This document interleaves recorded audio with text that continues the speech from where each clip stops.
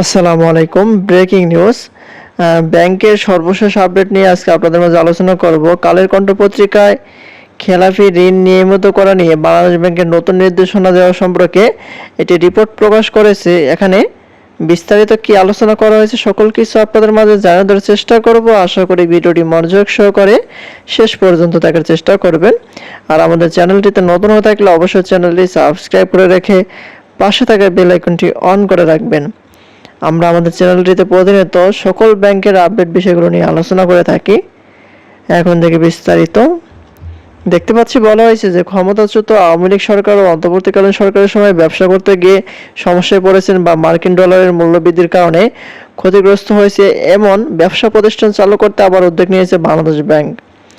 নিয়ন্ত্রক সংস্থাটি এবার ক্ষতিগ্রস্ত বা ব্যবসা প্রতিষ্ঠানগুলোকে 2% অর্থ জমা দিয়ে খেলাপি ঋণ নিয়মিত করার সুযোগ দিয়েছে। এ ঋণের নতুন মেয়াদ হবে সর্বোচ্চ 10 বছর। ঋণ নিয়মিত হলে শুরুর 2 বছর ঋণ পরিশোধে বিরতি সুবিধা পাওয়া যাবে।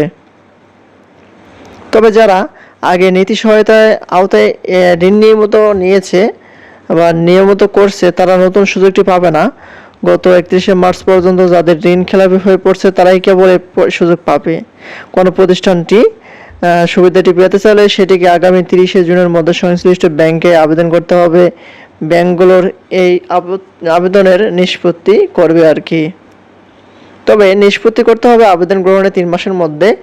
খেলাপি ঋণ, ব্যবসায়ী ঋণ পূর্ণ তফসিল করার সুবিধা নিয়ে বাংলাদেশ ব্যাংকের ব্যাংকিং প্রবিধি নীতি বিভাগ গতকাল বৃহস্পতিবার এই বিষয়ে প্রজ্ঞাপন জারি করেছে। এতে মূলত অন্তর্বর্তীকালীন সরকারের সময় নেওয়া সুযোগটি নতুন করে আবার দেওয়া হয়েছে। প্রজ্ঞাপনে বলা হয়েছে ঋণ পূর্ণ তফসিলের বিষয়ে সংশ্লিষ্ট ব্যাংকের পর্যালোচনা পর্ষদ চূড়ান্ত সিদ্ধান্ত নেবে আর কি। একইভাবে এককালীন ঋণ পরিশোধ করা যাবে। এক্ষেত্রে 1 বছর সময় পাবেন গ্রাহকরা। এজন্য বাংলাদেশ ব্যাংকে কোনো অনাবর্তি নেওয়ার প্রয়োজনও হবে না আর কি।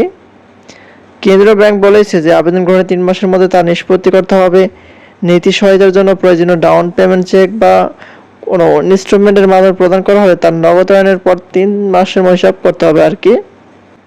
এককালীন জমা দেওয়া অর্থ ব্যাংকে জমার আগে নীতি সহায়তার আবেদন কার্যকর করা যাবে না। প্রজ্ঞাপন আরও বলা হয় এককালীন ঋণ পরিশোধের ক্ষেত্রে ঋণগুলো হিসাব দেখাতে হবে। এইসব ঋণের বিপরীতে যথানিয়মে সাধারণ নিরাপত্তা সঞ্চিতি সংরক্ষণ করতে হবে। প্রকৃত আদায় ছাড়া এই ঋণের হিসাবের বিপরীতে ইতিপূর্বে সংরক্ষিত সুনির্দিষ্ট নিরাপত্তা সঞ্চিতি ব্যাংকের আয় খাতে স্থানান্তর করা যাবে না।